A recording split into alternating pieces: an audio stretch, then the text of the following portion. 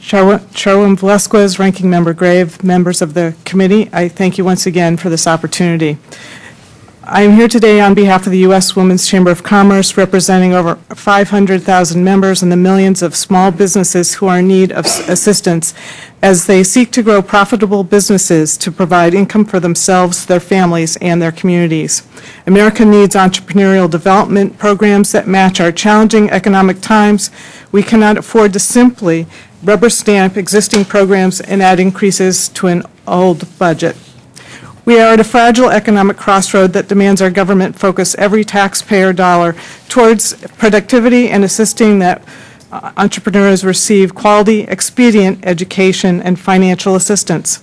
Over the last 50 years, the SBA Entrepreneurial Development System has grown into a fragmented array of programs, which has resulted in a disorganized, overlapping, and inefficient delivery of service through a system that is ill-prepared to effectively address the challenges of our economy.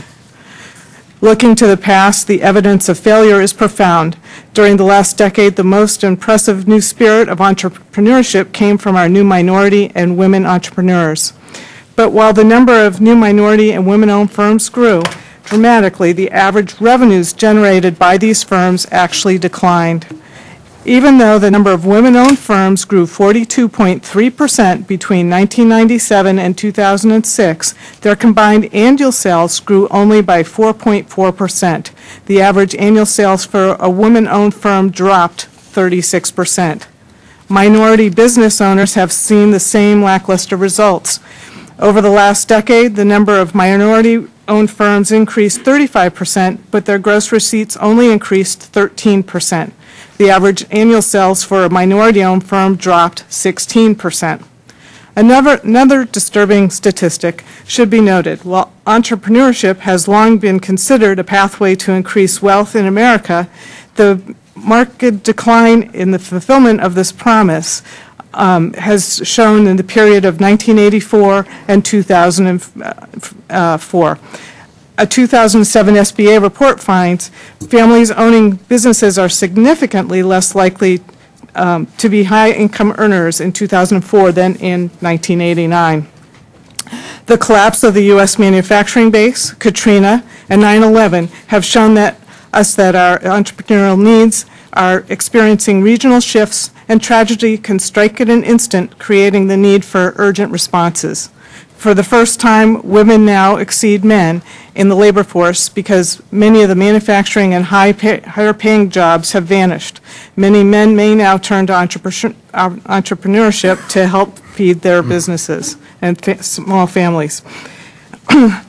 If we are to serve the needs of American entrepreneurs, we must commit to a top-to-bottom restructuring of the delivery of the entrepreneurial services of the SBA. The myriad of entrepreneurial development programs should be unified into one centrally managed organization that has the flexibility to provide services when and where they are needed. With one unified system, the SBA can provide a much stronger, coordinated response than the current patchwork system. One example is the Women's Business Center program. It is clear women business owners are among those emerging market businesses that have not been well served, and it is paramount that these firms work side by side with male business owners for a number of important reasons. Studies have shown that there are real differences in the backgrounds and resources available to male business owners. Male business owners have a greater history of entrepreneurial experience than women, better business networks, and greater access to capital. These are attributes to which women should be exposed instead of segregated. The SBDC network should be used as the foundation for a new unified delivery platform that includes women and minority entrepreneurs, along with broad community accountability for the effectiveness of their outreach and delivery of value.